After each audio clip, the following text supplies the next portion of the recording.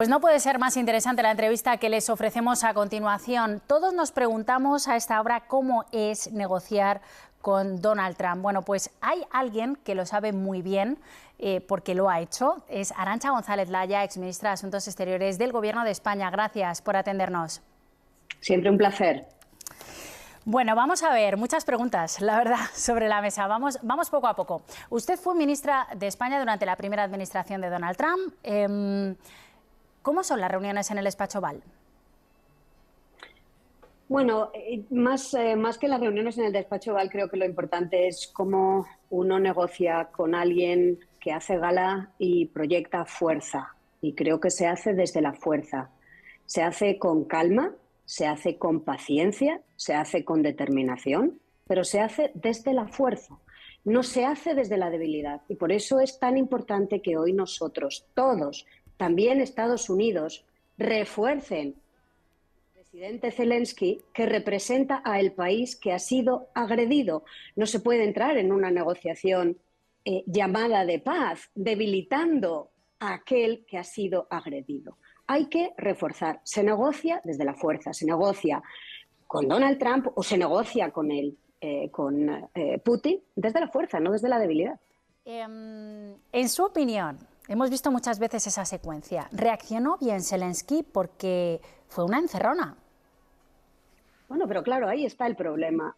La cuestión no es si respondió bien o no Zelensky. Zelensky es el representante de un país que ha sido invadido. Zelensky es el representante de un país que hoy lucha por su supervivencia y se sienta a la mesa con un presidente y con un vicepresidente cuyo interés es hacer negocios. Esa es la asimetría de este momento.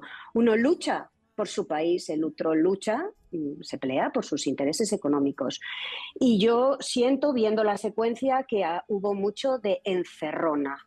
Y por eso no creo que tengamos que fijarnos en cuál debiera haber sido la postura del presidente Zelensky. Debemos todos apoyar sin falla al presidente Zelensky porque él está luchando por la supervivencia de su país, que es un país europeo. Y por lo tanto nosotros, los europeos, tenemos una responsabilidad particular de cerrar filas con el presidente Zelensky en estos momentos. Vamos a ver, cuando se reúnen dos líderes mundiales de este nivel, uno espera ver el arte de la diplomacia. Otra cosa es lo que pase luego fuera de los medios de comunicación, pero es que lo fuerte de esta escena, medida, es que estaba delante de las cámaras, el piloto estaba encendido, los micrófonos estaban ahí y esto no lo habíamos visto antes.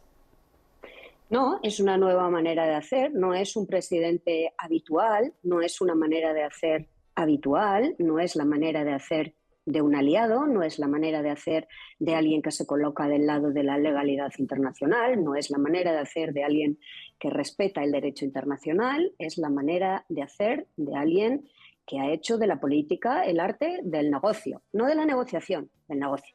Hemos escuchado reacciones de muchos.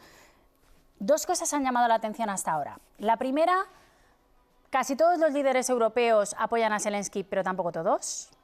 Y el silencio de China. Está claro que Trump se quiere ganar a Rusia con esta jugada. Efectivamente. Bueno, por la parte de la Unión Europea mucho se ha dicho, mucho se escribe, mucho se comenta. Creo que lo más importante es lo que se hace. Y lo que se ha hecho hasta ahora ha sido mostrar unidad. A veces nos ha costado mantenerla, pero la hemos mantenido. Y yo creo que ahí está la clave de la fuerza de los europeos. Quien hoy no cierra filas con la Unión Europea lo que hace es debilitarla. Y debilitando la Unión Europea se debilita a sí mismo. Tanto si es el señor Orbán como si tiene otro nombre, incluso si se llama Santiago Abascal en España. Con respecto a China, China está siendo muy prudente en todos los pasos que da. Frente a las amenazas de aranceles por parte de Estados Unidos, China ha dado una señal muy clara: respeto de la legalidad internacional, acude a la Organización Mundial de Comercio. Escuchamos al ministro de Asuntos Exteriores chino en la conferencia de Múnich pedir un asiento en la mesa de las negociaciones para Ucrania y para Europa. China está siendo prudente, como China lo es, porque para China no es el arte del negocio es el arte de mirar al largo plazo, y el largo plazo es lo que le importa a China y lo que le tiene que importar también a la Unión Europea. Sí, así ha sido, ¿no? Históricamente. Vamos a analizar otro país muy interesante, Gran Bretaña. Se va a celebrar esa cumbre mañana. Históricamente Gran Bretaña siempre ha sido como el equilibrador de fuerzas, siempre se ha incorporado a las negociaciones a último momento y su voto ha contado y mucho. ¿Qué esperamos de esa cumbre en Reino Unido? Bueno, es cierto que con el Brexit el Reino Unido se ha quedado un poco en tierra de nadie. Su economía depende de su conexión con la Unión Europea. Y hoy cada vez más su seguridad y su defensa frente a un Estados Unidos que desprecia a sus aliados europeos, para un país como el Reino Unido, que tanto ha invertido en la seguridad de Ucrania. Esto no comenzó con esta administración británica. Esto comenzó en el 2014, cuando Rusia invade Crimea. Los británicos se colocan claramente del lado de los ucranianos y forman a las fuerzas armadas ucranianas. Fueron los pioneros en hacerlo.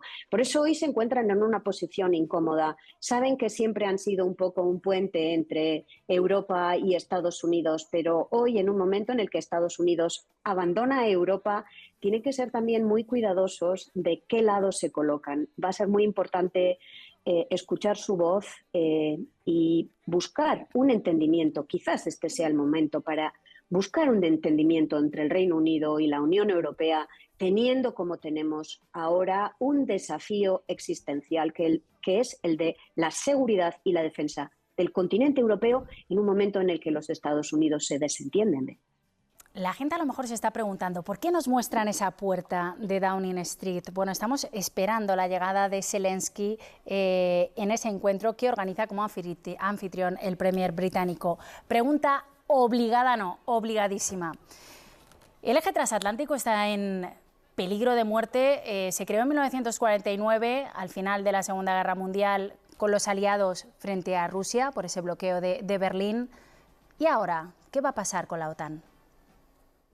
Bueno, la Unión Europea se crea precisamente por un impulso estadounidense que lo que busca es que se establezca definitivamente la paz y la seguridad en el continente europeo, que los europeos nos hagamos la paz.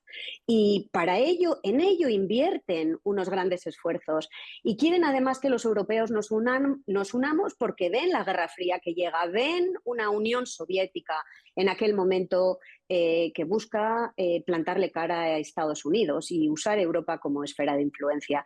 Y por eso es tan doloroso para Europa, 80 años después, ver este giro copernicano de esta administración estadounidense, que apenas hace un mes, con la administración anterior, lo tenía bastante claro: Europa y Estados Unidos eran aliados estratégicos. Hoy, el presidente de los Estados Unidos, su administración, reivindica una cercanía incluso ideológica con la Rusia de Putin y se aleja de la Unión Europea. No se aleja la Unión Europea, es Estados Unidos quien lo hace. Nosotros, europeos, no nos queda más que sacar consecuencias de este alejamiento de Estados Unidos.